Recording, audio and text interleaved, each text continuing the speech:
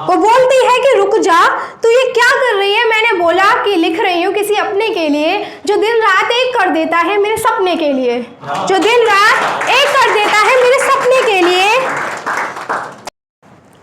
जो बयां ना किया जा सके हाँ वही है वो, जो बयां ना किया जा सके हाँ वही है वो चाहे कितनी भी गलतियां क्यों ना कर ले पर हर हाल में सही है वो। जो बयां ना किया जा सके हाँ वही है वो चाहे हजारों गलतियां क्यों ना कर ले पर बिल्कुल सही है वो। और कहने को हजारों चेहरे हैं हमारी ज़िंदगी में, कहने को हजारों चेहरे हैं हमारी ज़िंदगी में, पर उन हजारों चेहरों में हर बार बिल्कुल नई है वो, हाँ वही है वो चाहे हजारों गलतियां क्यों ना कर ले पर हर बार बिल्कुल नई है वो, हाँ वही है वो।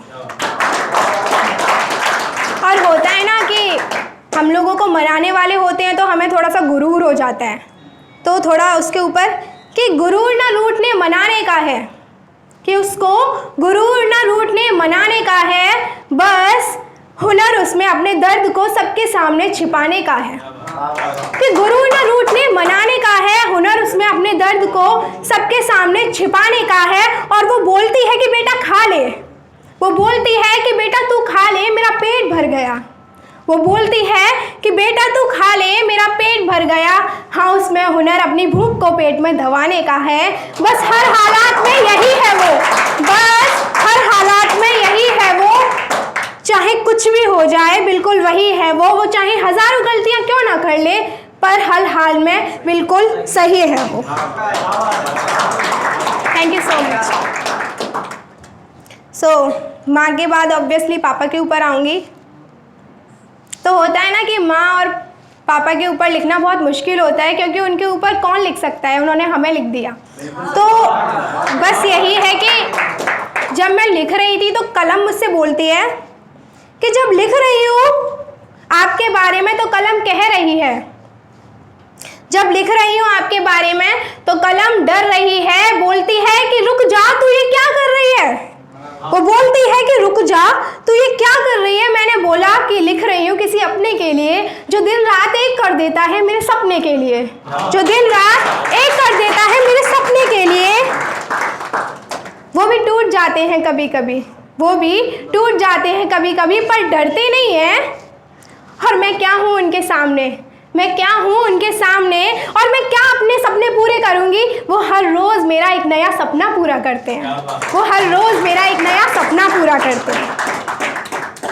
और कहने को हज़ारों रिश्ते हैं मेरी ज़िंदगी में, और कहने को हज़ारों रिश्ते हैं मेरी ज़िंदगी में, पर अक्सर करके मैं हज़ार रिश्तों की गिनती भूल जाया करती हूँ, पर अक्सर करके मैं उन हज़ार रिश्तों की गिनती भूल जाया करती हूँ। पापा आपसे जो रिश्ता है वो इतना ख़ास है कि एहसास बन गया है, और उस एहसास को मैं अक्सर करके गुनगुनाया करती हूँ, और उस एहसास को मैं अक्सर करके गुनगुनाया करती हूँ। और होता है ना कि छोटा सा बच्चा होता है, वो अपने पापा की उंगली पकड़ के चलता है, तो वो बोलता है कि पापा का हाथ पकड़कर चलते हुए बेटा बोला कि देखो पापा मैं चल रहा हूँ, अब मुझे दौड़ना है। वो बोलता है कि देखो पापा मैं चल रहा हूँ, अब मुझे दौड़ना है। पापा मुस्कुराते हुए बोले बिल्कुल बेटा दौड़ना ज़रूर, पर अब ये बिल्कुल मत बोला कि अब मुझे आपका हाथ छोड़ना है। अब ये बिल्कुल मत बोलना कि मुझे अब आपका हाथ छोड़ना है, क्योंकि ये हाथ छोटा, अगर ये हाथ छूटा तो तेरा दौड़ने का सपना भी टूट जाएगा, और बेटा फिर से तू अपने पापा से बुरी तरह रूठ जाएगा, और बेटा फिर से तू अपने पापा से बुरी तरह रूठ जाएगा। तू अपनी उड़ान भरना ज़रूर, तू अपनी उड़ान भरना ज़रूर, पर पहले वो मुकाम तो आने दे। तू अपनी उड़ान भरना ज़रूर, पर पहले वो मुकाम तो आने दे। बेटा तू उड़ेगा भी एक दिन और मेरा हाथ भी छोड़ देगा, तू उड़ेगा भी एक दिन और मेरा हाथ भी छोड़ देगा, पर पहले हाथ छोड़ने के काबिल तो बनाने दे, कि पहले हाथ छोड़ने के काबिल तो बनाने दे। तू आज भी बोल रहा है कि मुझे दौड़ना है और आपका हाथ छोड़ना है, तू आज भी बोल रहा है कि मुझे दौड़ना है और आपका हाथ छोड़ना है। बेटा ये ज़माना पत्थर तेरी ख्वाहिशें कांच हैं, ये ज़माना पत्थर तेरी ख्वाहिशें कांच हैं, अगर हाथ छूटा तो ये पत्थर तेरी ख्वाहिशें तोड़ देगा, तो ये पत्थर तेरी ख्वाहिशें तोड़ देगा। इसीलिए कसकर पकड़ और ये मत बोलना कि मुझे दौड़ना है और ये मत बोलना अभी कि मुझे दौड़ना है, और ये तो बिल्कुल भी मत बोलना कि पापा मुझे तुम्हारा हाथ छोड़ना है। ये तो बिल्कुल भी मत बोलना कि पापा मुझे तुम्हारा हाथ छोड़ना है। तो बीच में थोड़ी सी प्यार के ऊपर सुना देती हूँ। वैसे इतनी लिखती नहीं हूँ, बट थोड़ी सी सुना देती हूँ। वो कहते थे कि क्या हो तुम, ज़रा अपने बारे में कुछ तो फरमाओ। वो कहते थे कि क्या हो तुम, ज़रा अपने बारे में कुछ तो फरमाओ। हमने भी बोल दिया कि मिलने को तो अनेकों मिलेंगी लेकिन हमसा हसीना मिलेगा, कि मिलने को तो अनेकों मिलेंगी लेकिन हमसा हसीना मिलेगा। और बीच बाज़ारों में चीखते चिल्लाते रह जाओगे, और बीच बाज़ारों में चीखते चिल्लाते रह जाओगे, लेकिन ये चेहरा देखने को फिर कभी ना मिलेगा, लेकिन ये चेहरा देखने को फिर कभी ना मिलेगा। कि हम मशरूफ़ थे तन्हाइयों में अपनी, होता है ना कि हम अकेले हो जाते हैं, तो हम मशरूफ़ थे तन्हाइयों में अपनी, मुद्दतों बाद किसी ने पुकारा था। हम मशरूफ़ थे तन्हाइयों में अपनी, मुद्दतों बाद किसी ने पुकारा था। एक पल तो हम रुककर सोचने लगे, क्या यही नाम है जो हमारा था। Thank you. तो कोई दिखा कर रोए, कोई छिपा कर रोए, कोई दिखा कर रोए, कोई छिपा कर रोए, और हंसने वाले हमें हंसा कर रोए, और हंसने वाले हमें हंसा कर रोए। और मरने का मज़ा तो तब आएगा जब सांस उनकी बाहों में निकले और वो हमें सीने से लगा कर रोए, और वो हमें सीने से लगा कर।